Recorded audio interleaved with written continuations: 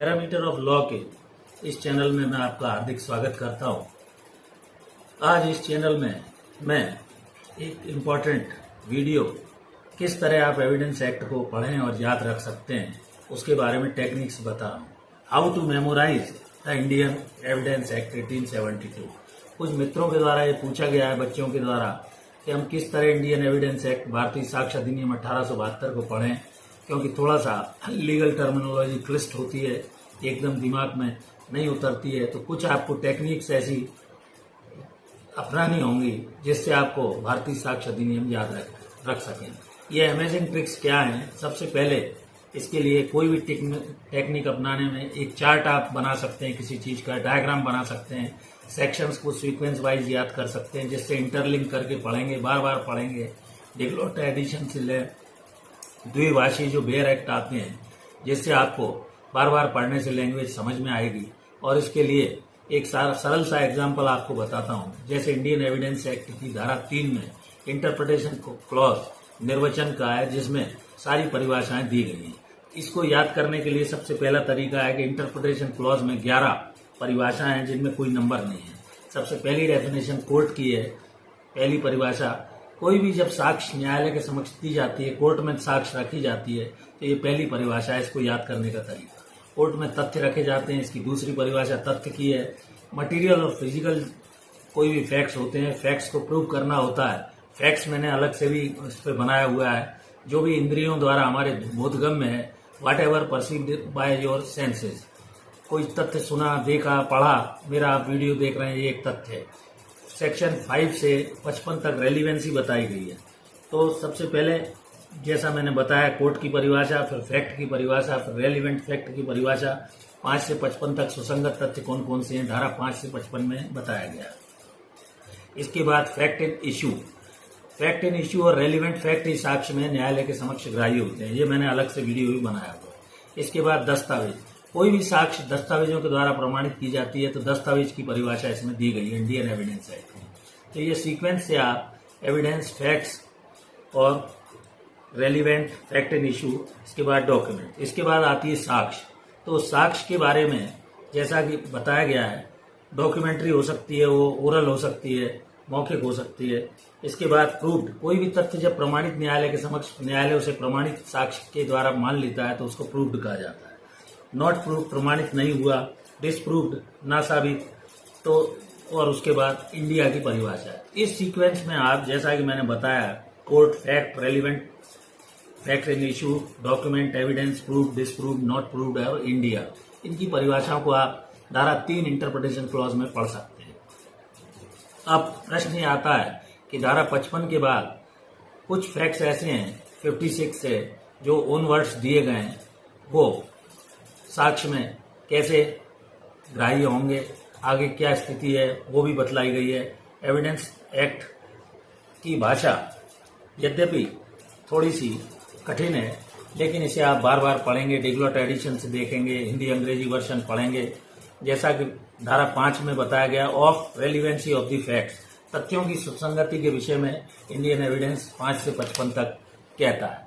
इसके अंदर ये बतलाया गया है कि धारा जो तो तथ्यों की सुसंगति के संबंध में है, वो धारा एडमिशंस भी हैं उसमें 17 से लेके और 23 तक एडमिशंस दिए गए हैं। 24 से कन्फेशन, संस्वीकृति दी गई है। अलग अलग धाराएं इसमें डिफाइन की गई हैं। धारा 5 से 55 जैसा मैंने बताया गया, रेलिवेंसी 5 से 16 जनरल रेलिवेंसी है, 7 से 17 से 23 तक एडमिशन है, 24 में कन्फेशन है। धारा 39 ये बतलाती है कि कितनी बात साक्ष्य में रेलिवेंट होगी। कोई एक वीडियो बनाया गया, डॉक्यूमेंट्री एविडेंस है, उसमें केवल जो ऑफेंस से संबंधित है, रेलिवेंट बात ही साक्ष्य में ग्राह्य न्यायालय मानेगा। 32 और 33 में जैसे कॉल अपॉन विटनेस के बारे में, किनको नहीं बुलाया जा सकता, कौन से ऐसे नोट जो जैसे मर गए, डाइंग डिक्लेरेशन वगैरह है। 40 से 44 तक जजमेंट के बारे में बतलाया गया है। 40 से 44 धाराओं में ये कहा गया है, judgements of courts of justice when relevant, न्यायालय के निर्णय कब सुसंगत माने जाएंगे। धारा 45 से व्यक्तियों की राय कब सुसंगत होगी, ओपिनियन ऑफ एक्सपर्ट है 45 से 51 तक। इसके बाद कैरेक्टर व्हेन रेलिवेंट, कब धारा 52 से 55 तक कैरेक्टर कब सुसंगत होगा, शील कब सुसंगत होगा।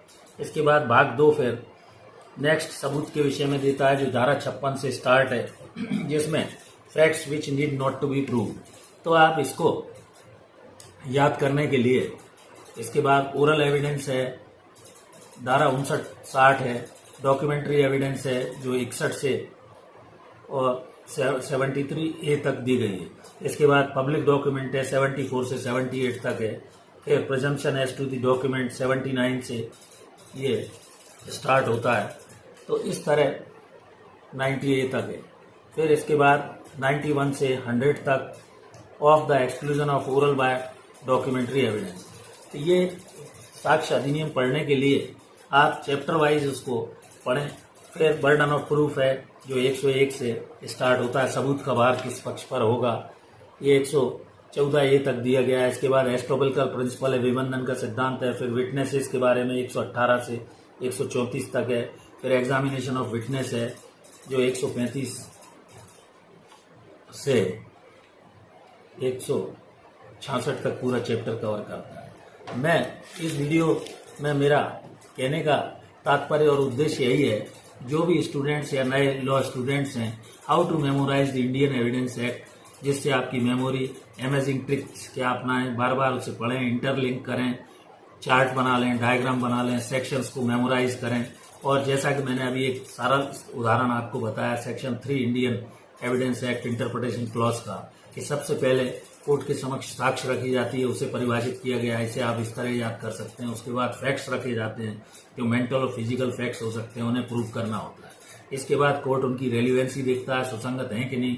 केवल रेलिवेंट फैक्ट्स और फैक्ट इन इश्यू को ही साक्ष्य में दिया जा सकता है।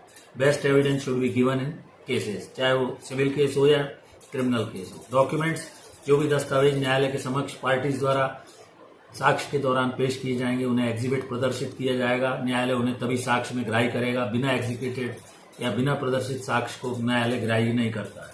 फिर एविडेंस की परिभाषा है, डॉक्यूमेंट्री डॉक्यूमेंट्स इसके पहले है, और उसके बाद प्रूफ, डिसप्रूफ और नॉट प्रूव्ड और इंडिया। तो इस तरह आप कोई भी इंडियन एविडेंस एक्ट को आप याद कर सकते हैं, मेमोराइज कर सकते हैं, और अपनी मेमोरी पावर को बढ़ाकर इन टेक्निक्स को चार्ट, डायग्राम, सेक्शंस इंटरलिंक करके पढ़ने बार बार, तो आपको भारतीय साक्ष्य अधिनियम आसानी से समझ में आएगा। मैं समझता हूं कि मैंने आपको जो भारतीय साक्ष्य अधिनियम 1872 याद करने की तकनीकी बताई है, आप इस पर यदि अमल करेंगे तो आपको भारतीय साक्ष्य अधिनियम अच्छे से समझ में आएगा। इसका प्रयोग और उपयोग CPC में, CRPC में के साथ तथा जो भी जैसे IPC है, सभी में न्यायालयीन प्रक्रिया जिन जिन अधिनियमों के अंतर्गत चलती है, चाहे वो फैमिली कोर्ट हो, चाहे अन्य कोई न्यायालय हो, तो ये आपको बेसिक जानकारी इंडियन एविडेंस एक्ट की इस तरह याद करने में, समझने में, मेमोराइज करने में सफल और सहायक होगी। Thank you for watching this video. नमस्कार।